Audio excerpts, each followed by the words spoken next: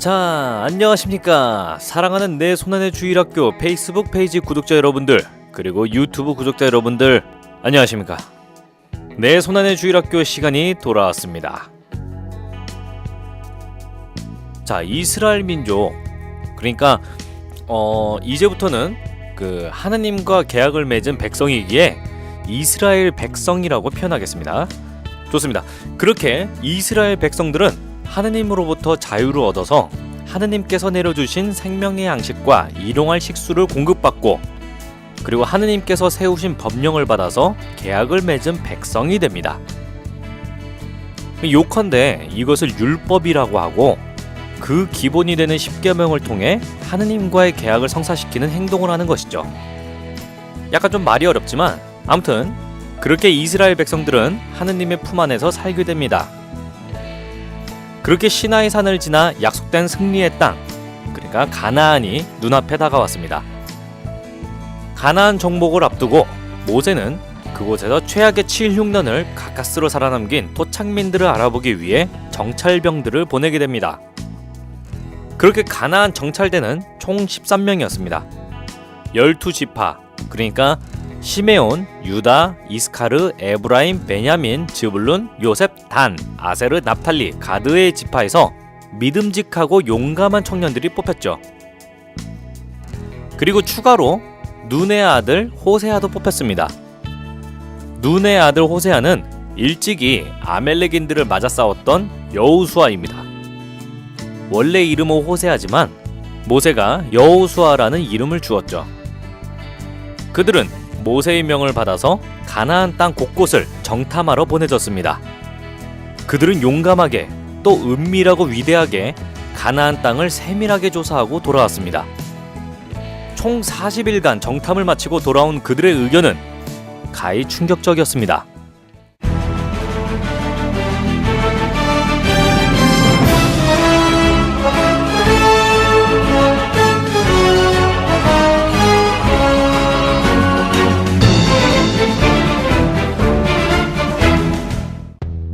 그 땅은 과연 젖과 꿀이 흐르는 곳이었습니다. 이것은 그곳의 과일입니다. 그러나 그 땅의 백성들은 힘세고 성읍들은 거창한 성체로 되어 있었습니다. 또한 아낙의 후손들이 그 성읍을 지키고 있었습니다.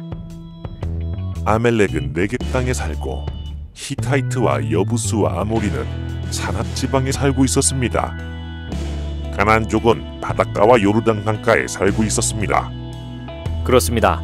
현재 이스라엘 백성들이 치기에는 무리가 있는 규모였죠. 사실 수백 년이 지난 뒤인데 어떻게 견고한 성읍을 건설하지 않았겠습니까? 하지만 유다 지파의 정탐꾼 칼렙이 말합니다. 어서 올라가 그 땅을 차지합시다. 우리는 반드시 해낼 수 있습니다. 하지만 다른 정탐꾼들이 말렸죠. 우리는 그 땅을 쳐 올라가지 못합니다. 그들은 우리보다 강합니다.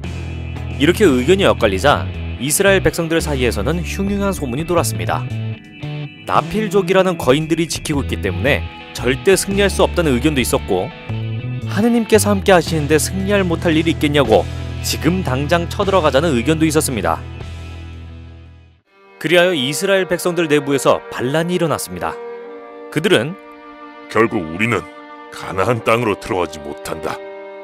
이럴 줄 알았으면 차라리 이집트에서 죽거나 광야에서 굶어 죽지. 적들에게 사로잡혀 또 노획물이 되게 생겼다. 차라리 지도자를 세워 이집트로 돌아가자. 그렇게 이스라엘 백성들은 반기를 들었습니다. 모세와 아론은 백성들 앞에 나와 그들을 진정시키려 했으나 그들은 돌을 던지며 그들을 모욕하였죠. 이에 하느님께서는 아직도 믿음을 의심한 이스라엘 백성들을 향해 한탄하셨습니다. 그러자 이스라엘 백성들은 다들 스스로 검과 창을 들고 일어나 선동했죠. 자, 우리가 잘못했으니 하느님께서 약속하신 그곳으로 올라가자. 싸워 이기자. 하지만 모세는 이미 하느님께서 가나안을 허락하지 않으심을 알고 있었죠. 그래서 모세가 그들을 뜯어말렸으나 이미 그들은 가나안을 향해 돌격했습니다. 그러자 산악지방에 사는 아멜렉과 가나안 사람들이 몰려와 그들을 아주 간단히 무찔렀죠. 이에 패배와 더불어 가나안에 못 들어가는 책임을 모세에게 몰아가는 자들도 나타났습니다. 그들은 코라와 다탄과 아비람이라는 사내였습니다. 그들은 모세에게 책임을 추궁했죠. 이에 모세는 하느님께서 자신과 함께함을 아시고 그들과 동시에 하느님께 제물을 드려 누구의 제물을 반기시는지를 보자고 내기했습니다. 그렇게 반기를 든 자들이 하느님께 제물을 올리기 시작하자 이미 재앙을 알고 있었던 모세는 반기를 들지 않은 이스라엘 백성들을 데리고 멀찍이 도망갔죠. 그러자 하느님께서는 불구덩이를 만드셔서 제물을 바치고 있던 250명을 몰살시켜 버리셨습니다. 그렇게 이스라엘 백성들은 하느님께로부터 자유를 얻고 생명의 양식과 시원한 샘물, 그리고 적을 물리칠 수 있는 희망과 용기를 얻었음에도 불구하고 매번 하느님을 저버리고 말았습니다. 이에 하느님께서는 그들에게 저주를 내려 모세와 더불어 이집트에서 나올 때 숨을 쉬던 이들은 절대 가나안으로 못 들어갈 것이라고 말씀하셨죠. 그리하여 모세와 이스라엘 백성들은 한 대가 넘어갈 시기까지 가나안을 못 들어가고 광야를 떠돌게 됩니다. 이게 바로 장장 40년이란 세월이 걸렸죠. 40이라는 숫자 굉장히 친숙하시죠? 그렇습니다. 먼저 죄악에 물든 세상을 하느님께서 정화하시기 위해 비를 내리신 기간이 바로 40일입니다. 깨끗하게 물로 쓸어버리신 날이 바로 40일이란 거죠. 또한 모세가 십계명과 더불어 하느님과 계약을 맺기 위해 시나이 산에서 지낸 날이 40일입니다. 또한 가나안 땅을 정탐하기 위해 정탐꾼들이 가나안에서 지낸 날도 40일이죠. 또 아까 말한 모세와 이스라엘 백성들이 가나안 땅에 들어가기 전까지 40년 동안 광야를 떠돌게 되는 시기이기도 합니다. 마지막으로 예수님의 순환시기인 사순시기 역시 40일이죠. 이번이 마침 대림 사주네요. 4개의 초가 하얗게 되어가며 성탄을 기다리는 시기. 이제 감이 오시나요? 구약성경에서 40의 숫자와 대림초에 부여된 4의 의미, 이것은 죄를 씻고 반성하며 깨끗해짐으로써 다시 구원됨을 의미합니다. 대림시계와 사순시계에는 가톨릭교우라면 무조건 해야 하는 판공성사가 있죠. 40일의 대홍수, 40일의 계약, 40일의 가나안 정탐, 그리고 40년의 반성의 시간. 이것은 모두 죄를 뉘우치고 깨끗해짐을 의미합니다. 즉, 모세가 이스라엘 백성들을 이끌고 가나안을 가기 위해 광야에서 만나를 먹으며 고난을 받은 40년은 우리가 예수님의 몸인 성체와 성혈을 받아 모시며 구원의 때를 기다림을 의미합니다. 단순한 이스라엘 백성들만의 정복 역사가 아니라는 거죠.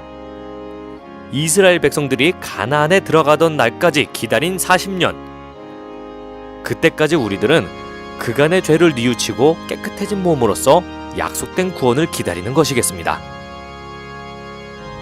그간의 죄악을 뉘우치고 정결하게 성탄을 기다리는 대림시기. 그것은 모세와 이스라엘 백성들이 뜨거운 광야를 40년이나 행진하며 흘린 땀과 눈물의 회개를 의미합니다. 다음 주는 바로 거룩한 탄생의 날입니다.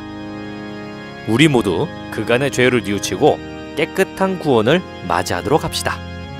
데오 그라시아스.